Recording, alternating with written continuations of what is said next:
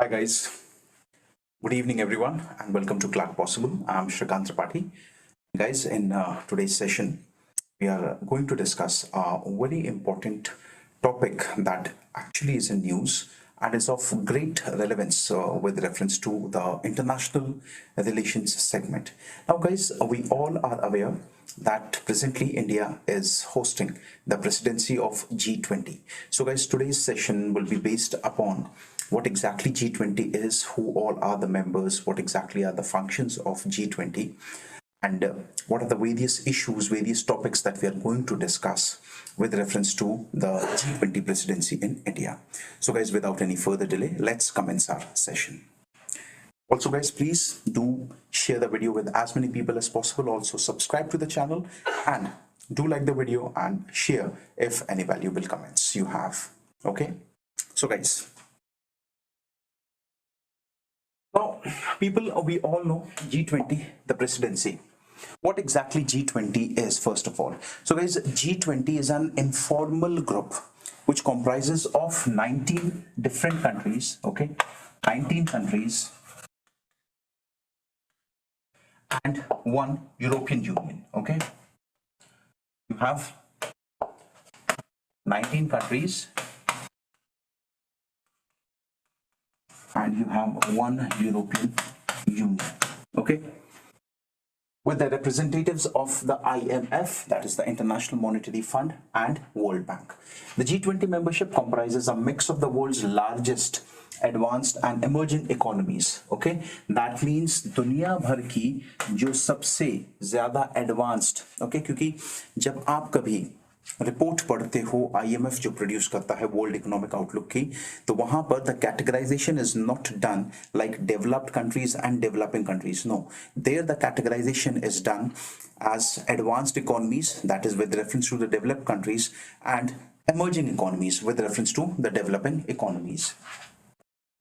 Together, the G20 members represent more than 80% of world's GDP. यानी कि दुनिया भर के जीडीपी को अगर कलेक्टिवली हम लोग देखें तो सिर्फ G20 के जो मेंबर्स हैं वो लगभग 80% दुनिया भर की जीडीपी को कंट्रोल करते हैं. 75% of international trade and 60% of the world population. यानी कि ये एक पैरामीटर है बताने के लिए how important G20 is.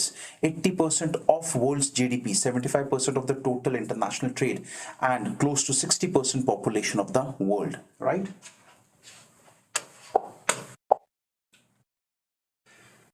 Inception की अगर हम लोग बात करते हैं, how exactly and when exactly it started. So 1997 से लेकर के 1999 Asian financial crisis. So guys, there was a financial crisis during the 1997 in Asia. Okay, और एक बात हम लोग बहुत क्लियरली जानते हैं क्या कि भाई उस टाइम की अगर हम लोग बात करें तो एशिया बहुत ज्यादा ना ही डेवलपमेंट पर्सपेक्टिव में आगे था और ना ही किसी तरीके की मैन्युफैक्चरिंग होती थी. यानी कि जो भी कुछ एशियन कॉन्टिनेंट में मिलता था, majority of that stuff used to come from the European countries. अब आप एक बात समझिए, यूरोपियन कंट्री से अगर गुड्स आ रहे हैं एशियन कंट्री में और अगर एशिया में किसी तरीके का फाइनेंशियल स्ट्रेन चल रहा है तो कहीं ना कहीं ट्रेड इंपैक्ट होगा कि नहीं होगा.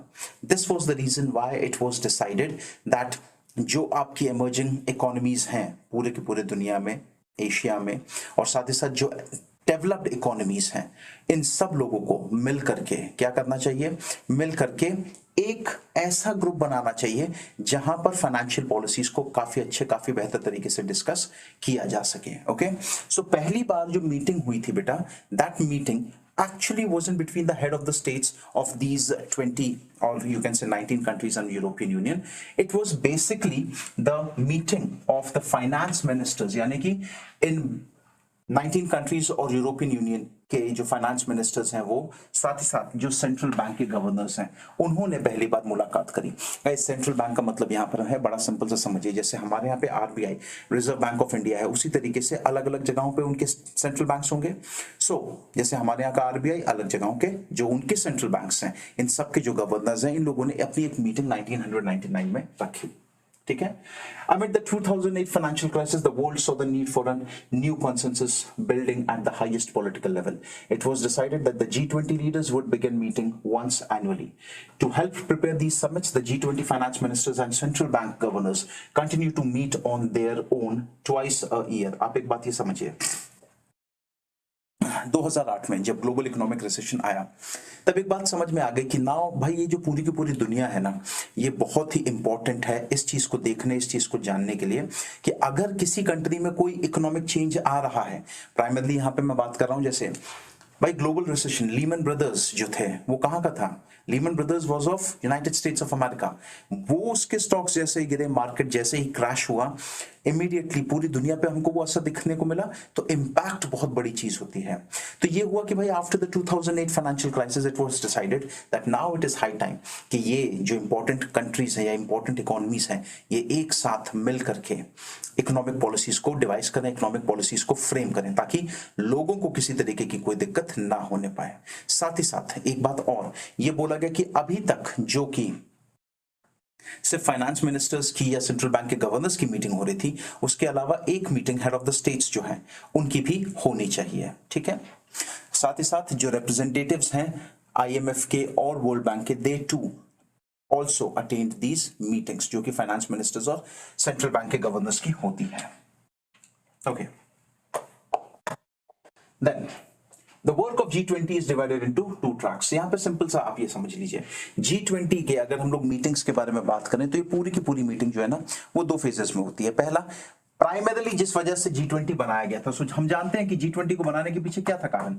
G20 को बनाने के पीछे जो कारण था वो बड़ा सिंपल सा था कि भाई the matters pertaining to finance इसको डिस्कस किया जाए, पॉलिसी मेकिंग हो प्रॉपर, फाइनेंस ट्रैक. और दूसरा जो है, ठीक है, जो सेकंड मीटिंग है, सेकंड मीटिंग जो है वो नॉन फाइनेंशियल मैटर्स पे, यानी कि बहुत सारे इश्यूज हो सकते हैं. Okay, it could be terrorism, it could be environment, it could be other political engagements etcetera. Right. तो एक जो ट्रैक होता है, एक जो मीटिंग होती है, जो मैंने बताया यहाँ पे टू ट्रैक्स, तो one track of the G20 summit focuses on the financial aspect, whereas the other track focuses on what? Other track focuses on issues which are non-financial in nature, such as political engagement, anti-corruption, environment, terrorism, global terrorism, etc. ठीक है. अब यहां पर एक important चीज है, यहां पर क्या है बेटा, इंपॉर्टेंट चीज यहां पर जो आ रही है वो सीधी सी आप ये समझिए कि जो हेड ऑफ स्टेट्स की जो मीटिंग है, हेड ऑफ स्टेट्स की जो मीटिंग है, इस हेड ऑफ स्टेट्स की मीटिंग में हम लोगों को एक चीज के ऊपर फोकस रखना है. क्या? हेड ऑफ द स्टेट्स, यानी कि जितने भी मैटर्स होंगे, नॉन फाइनेंशियल मैटर्स जो रिलेटेड होंगे इस पे.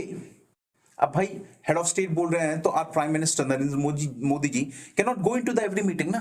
तो यहां पर क्या होता है, G20 में एक रिप्रेजेंटेटिव होगा जो मोदी जी के साइड से बोलेगा, मोदी जी के साइड से ही वो डिसीजंस जो है उसको पुट करेगा. Now this position is called as sherpa. Okay, sherpa यानी the representative of the head of the state in the G20 summit. इस साल हम लोगों ने देखा था चेंज हुआ है. ओके, अभी तक जो प्रधानमंत्री के जो शेरपा हुआ करते थे वो एक खुद पॉलिटिकल लीडर, कैबिनेट मिनिस्टर भी थे जिनका नाम था पीयूष गोयल. अभी तक थे, लास्ट ईयर तक. लेकिन पीयूष गोयल ने ये पोजीशन छोड़ी है और पीयूष गोयल के बदले who has become the new sherpa of the prime minister in G20. So the new sherpa of prime minister in the G20 is none other than the former NITI Aayog CEO जिनका नाम था अमिताभ कांत.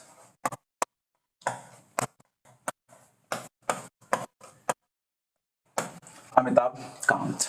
ओके, अमिताभ कांत. राइट.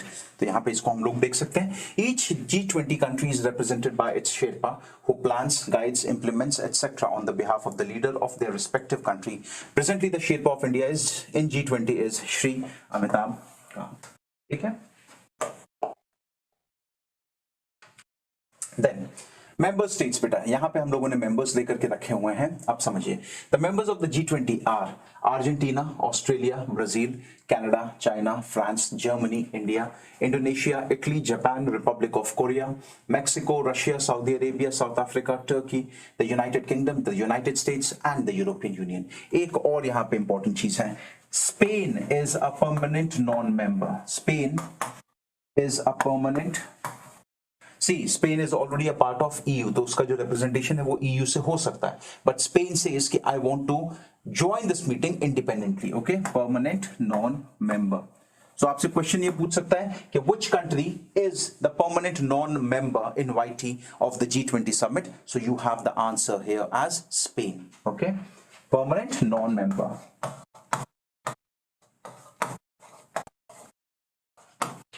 ठीक है, अगला functioning of the G20, G20 किस तरीके से काम करता है, ठीक है।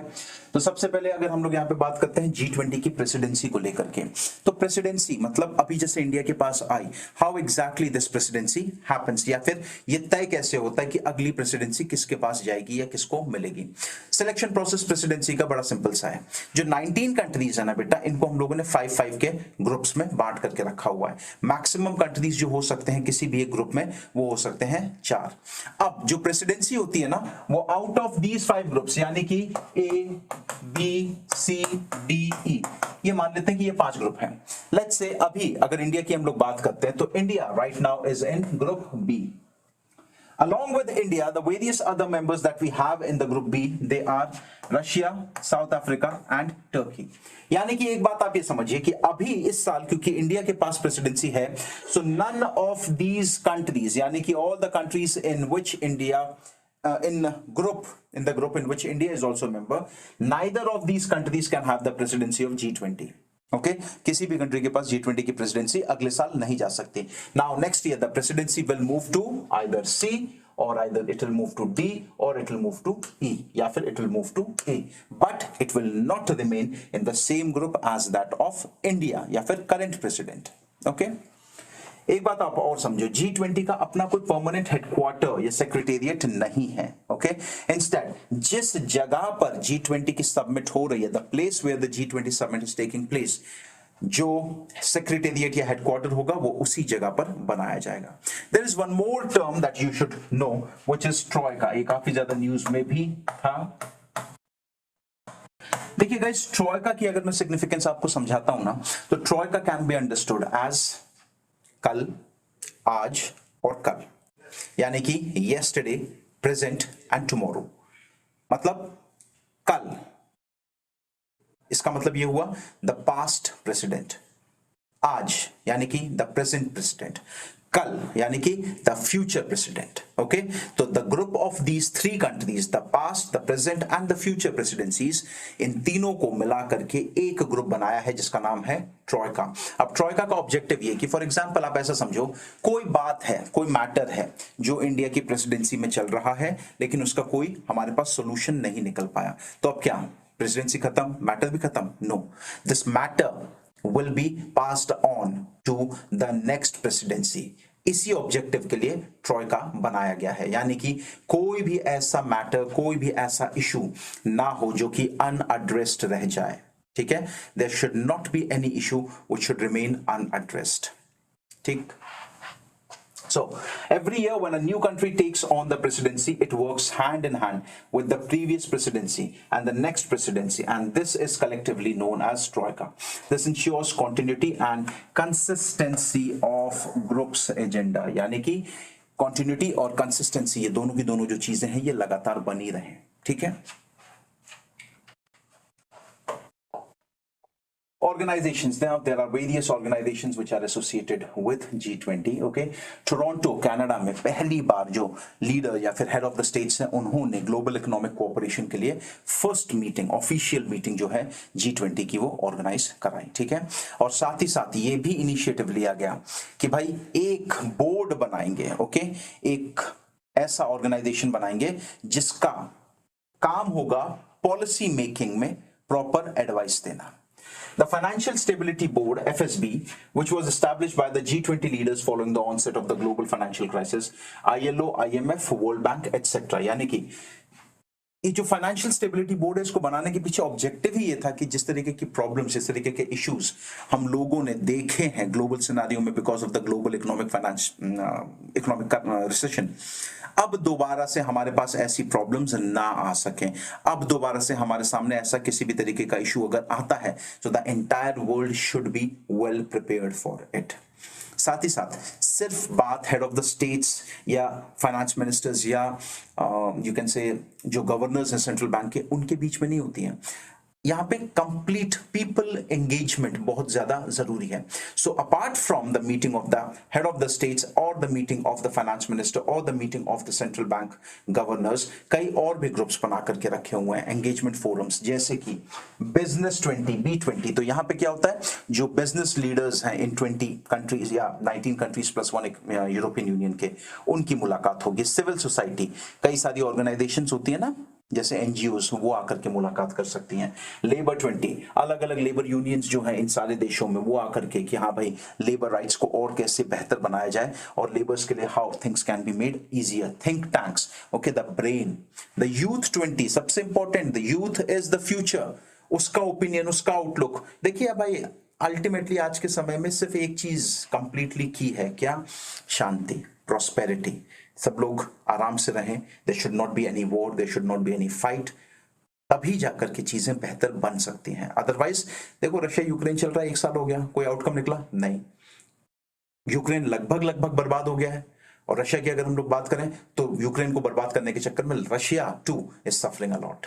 ठीक है, तो ये ऑब्जेक्टिव है। Types of issues addressed in G20, कई सारे मैटर्स पे बात करता है, मैंने आपको ऑलरेडी बताया। फाइनेंशियल मार्केट्स, किस तरीके से हम लोग फ्री ट्रेड एग्रीमेंट्स, किस तरीके से बेहतर इकोनॉमिक पॉलिसीज ला सकते हैं। Tax and fiscal policy complete हो गया। ट्रेड, फ्री ट्रेड एग्रीमेंट्स बहुत ज्यादा जरूरी है बेटा। फ्री ट्रेड एग्रीमेंट्स अगर हो गए तो बहुत ही, जैसे अभी रिसेंटली इंडिया और ऑस्ट्रेलिया का रिज्यूम हुआ है जनवरी के महीने में।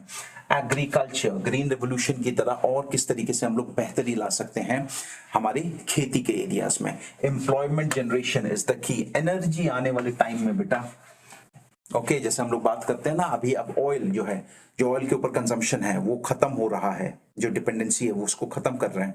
अब हम लोग क्लीन एनर्जी, ग्रीन एनर्जी की ओर फोकस कर रहे हैं, तो वो बहुत इंपॉर्टेंट एस्पेक्ट है। Then you have fight against corruption, बहुत इंपॉर्टेंट रिक्वायरमेंट है। Advancement of women in the job market, बिल्कुल equality, gender empowerment, gender equality. 50% population जो है, सेम राइट्स होने चाहिए, सेम राइट्स होने चाहिए, सेम अपॉर्चुनिटीज होनी चाहिए। 2030 agenda for sustainable development. Now guys we all know sustainable development goals, completion year जो है बेटा वो क्या रखा हुआ है, दैट इज 2030। तो भाई 2030 हमारा जो एजेंडा है सस्टेनेबल डेवलपमेंट गोल्स को कंप्लीट करने का, how exactly we can achieve that. Climate change बहुत बड़ा थ्रेट है, लगातार 50 ऐसे फोरम्स बने हुए हैं जहां पे we are actually talking about the climate change crisis. Global health, corona हम लोगों ने देखा ना किस तरीके से पूरी दुनिया को 2 साल तक बंद करके रखा है कोरोना ने। सो भाई ग्लोबल हेल्थ में पैंडेमिक से कैसे निपटा जाए, एक दूसरे की मदद कैसे की जाए। देखिए such times they are not an opportunity to make money, they are not an opportunity to earn money. तो हम लोगों को कैसे ग्लोबल हेल्थ सिस्टम को बेहतर बनाया जाए और किस तरीके से हम लोग इंश्योर करें कि जल्दी से जल्दी किसी भी बीमारी, जैसे Covid was absolutely unknown to us, किसी तरीके की क्लैरिटी नहीं थी हम लोगों को डब्ल्यूएचओ से। कभी डब्ल्यूएचओ बोलता नहीं फैलेगा नहीं, बोल रहा है कि मास्क लगाने से नहीं फैलेगा, फिर बोल रहा मास्क लगा भी लोगे तो भी कोई दिक्कत नहीं है। कुछ तो भी चल रहा था मतलब उस टाइम पे। That is all not required यार, ओके, बहुत ही सटल चीज। The entire world was under lockdown, okay, इतना बड़ा इशू।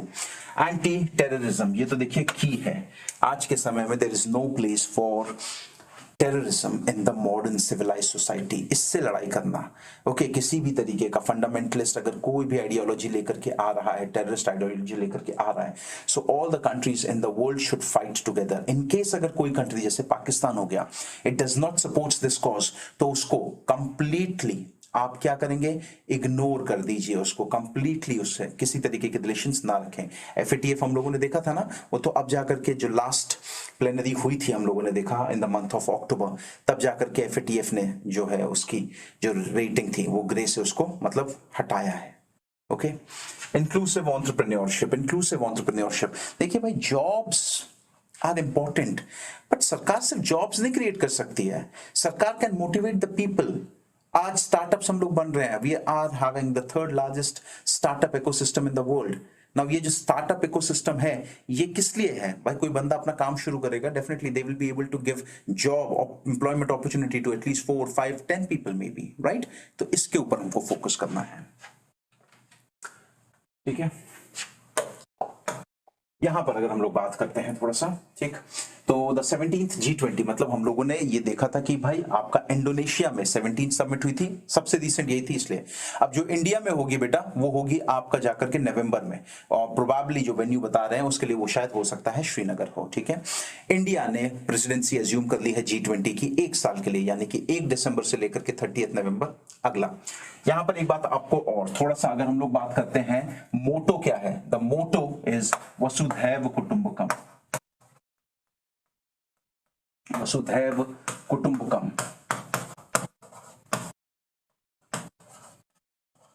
साथ ही साथ अगर हम लोग थीम की बात करते हैं तो the theme is one family, okay, I am sure, one earth, one family, one future, this is the theme, right. साथ ही साथ एक बात आप और समझिए यहां पर, India as G20 president will be inviting, अच्छा, apart from the member states कई सारे और भी लोग आएंगे जो गेस्ट स्टेटस के साथ होंगे, Bangladesh, Egypt, Mauritius, Netherlands, Nigeria, Oman, Singapore, Spain, UAE as the guest countries. मौजूदा समय की अगर हम लोग ट्रॉयका की बात करें, the present troika comprises of what, कल इंडोनेशिया, आज इंडिया, और कल the next summit is going to be conducted by Brazil. तो अगली प्रेसिडेंसी किसके पास जाती है, ब्राजील के पास जाती है। सो कल, आज और कल, ठीक है। Troika refers to the top grouping within the G20 that consists of the current, previous and the upcoming presidency. Indonesia, India and Brazil. Okay? और भी की टॉपिक्स जिसको बारे में हम लोग यहाँ पे बात करेंगे, सस्टेनेबल, इंक्लूसिव, इक्विटेबल ग्रोथ, सबका साथ सबका विकास will be the objective, okay. अगर हम लोगों को अपनी लाइफ जीनी है, ओके, हम लोग चाहते हैं हम लोग बेहतर तरीके से जिएं with all the amenities, but we have to take care of one very important thing, that is your environment. तीसरा नंबर पर है आपका women empowerment, अच्छा इसको ध्यान रखिएगा, lifestyle for environment. The third one is women empowerment. Gender empowerment is really very important. Digital public infrastructure and tech enabled development in areas ranging from health, agriculture, education to commerce. Digital आज होना हमारी need है, it's mandatory, we have to go digital. Payments की बात करें, digital payments की बात करें, तो one of the largest in the world अगर हम लोग बात करते हैं, ओके। सिमिलरली सिर्फ और सिर्फ यहाँ नहीं, हेल्थ के रेफरेंस में आज के डेट में कोविड का आपने इंजेक्शन लगाया, आपको कोई पर्ची नहीं मिलेगी, सीधा आपके फोन में आपका Aarogya Setu app, all you have to do is you have to open it, आपके पास एक क्यूआर स्कैन होगा, you can just look at it, यहाँ भाई I am been vaccinated. Agriculture को और ज्यादा मॉडर्नाइज बनाया जा रहा है, स्वामित्व स्कीम हम लोग अभी चल रही है, काफी ज्यादा इंडिया में पॉपुलर है। सो आप ये देखिए डिजिटल इंफ्रास्ट्रक्चर किस तरीके से मजबूत कर रहे हैं। स्किल मैपिंग, यार आने वाला टाइम जो है ना वो ये है to gain some skills, enhance करिए अपने अंदर क्वालिटी, वो रट्टू तोता वाली बात नहीं रहेगी, अब बेहतर की ओर बढ़ना है हम लोगों को। Culture sharing is very important, इतने सारे पुराने कल्चर्स हैं तो we should tell the other countries कि हाँ भाई come look at our culture, tourism की अपॉर्चुनिटीज आपके लिए खुलेंगी। क्लाइमेट के बारे में बात करेंगे, finances, circular economy, global food security, energy security, green hydrogen, disaster risk reduction and resilience, इस तरीके से। साथ ही साथ लगातार इकोनॉमिक क्राइम, ये जो हवाला होता है ना, दिस इज वेरी इंपॉर्टेंट, इसको लेकर के लड़ना है, क्योंकि ये वो मनी है जिसको डायरेक्टली हम लोग देखते हैं कि ये भाई अलग अलग इलीगल एक्टिविटीज, चाहे वो आतंकवाद हो, टेररिज्म हो, चाहे वो ड्रग ट्रैफिकिंग हो, चाहे वो ह्यूमन ट्रैफिकिंग हो, चाहे आप किसी और भी चीज के बारे में बात करें। साथ ही साथ और किस तरीके से अलग अलग तरीके के रिफॉर्म्स हम लोग ला सकते हैं, we too would be discussing all such ideas. So guys, this was with reference to the G20. I'm sure ये सारे के सारी जो एस्पेक्ट्स हम लोगों ने यहाँ पे डिस्कस किए हैं आप लोगों को समझ में आए होंगे, okay? So guys, please do watch this video completely, okay? And kindly like the video, share with as many people as possible. Also do share your comments, and please, if you haven't subscribed to the channel, please subscribe to the channel. So guys, this is Shrikant Tripathi, your mentor, signing off. We'll see you in the next video. Till then, bye bye, take care, and just stay blessed. Thank you.